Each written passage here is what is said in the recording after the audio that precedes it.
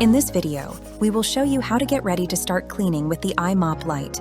First, make sure your iPower battery is fully charged. You can check the battery level by pressing this button. If all lights light up, the battery is fully charged. Then connect it to the imop Lite. Then fill the water tank with a maximum of 3 liters of water.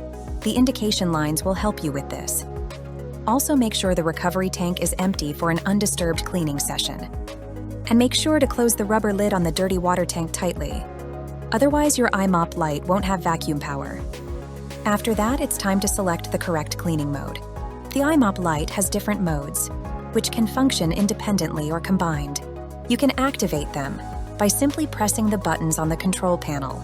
We will go through them one by one. Mode 1, brush. This will activate the brushes. Mode 2, vacuum. This will activate the vacuum. Mode 3, brush and vacuum.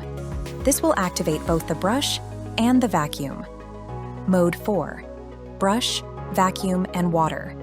This mode will have the brush and vacuum activated and will use a normal water supply.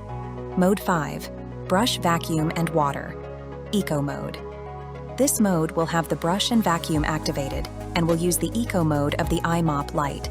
This will make sure that your imop uses less water. Once you selected the right mode for the job, it's time to start cleaning. Simply pull the trigger and the imop will start using the predefined cleaning mode.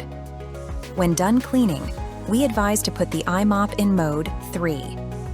Brush and vacuum and operate for 4 to 6 meters or 15 to 20 feet more to make sure you pick up all remaining cleaning solution. Operating the imop Lite is fun and easy, and now you know how to do it.